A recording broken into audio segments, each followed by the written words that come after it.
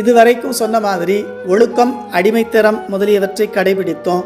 சந்தனம், பூ, நெய்வேத்தியம், தூபம், தீபம் முதலியவற்றை சேகரித்தோம். அக வழிபாடு பண்ணி முடிச்சுட்டு இப்போ வெளியில் புறப்பூசை பண்ண போகிறோம். இந்த இடத்துல தான் எல்லாருக்கும் ஒரு பெரிய தடுமாற்றம் வருது.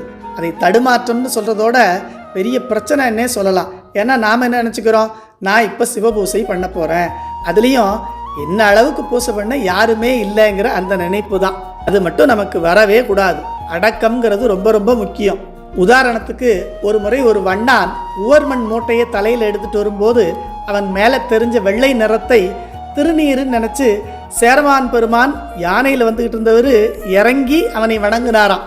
இதை பார்த்து பயந்து போனவன், மன்னா, நீங்கள் நினைக்கிற மாதிரி நான் அடியார் இல்லை, நான் அடிவண்ணான், இது உவர்மண் என்று சொல்ல அவரும் சிரிச்சுக்கிட்டே, பரவாயில்ல, அதனால என்ன, அடிச்சேரலன் திருநீற்றை எனக்கு நினைவுபடுத்தினீர்னு சொன்னார்னா என்ன ஒரு அடக்கம் பார்த்தீங்களா? இதை மன்னர் பிரான் எதிர் வண்ணான் உடல் உவர் ஊறி நீரார் தன்னர் பிரான் தமர் போல வருதலும் தாம் வணங்க என்னர் பிரான் அடிவண்ணான் என அடிச்சேரன் என்னும் பென்னர் பிரான் களறிற்றறிவான் என்னும் சேரலனேன்னு திருத்தொண்டர் திருவந்தாதியில நம்பியாண்டார் நம்பி அருள் செய்கிறார். இந்த உலகத்துல எல்லா உயிரினங்கள் பேசும் மொழியும் அவருக்கு தெரியும்.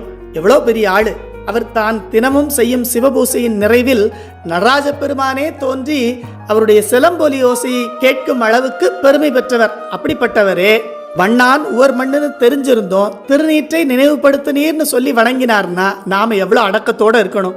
அதனால நம்முடைய ஆச்சாரிய பெருமக்களையும் நம்முடைய குருநாதரையும் அடியார்களையும் வணங்கி அடக்கத்தோட இந்த பூசையை செய்ய ஆரம்பிப்போம்.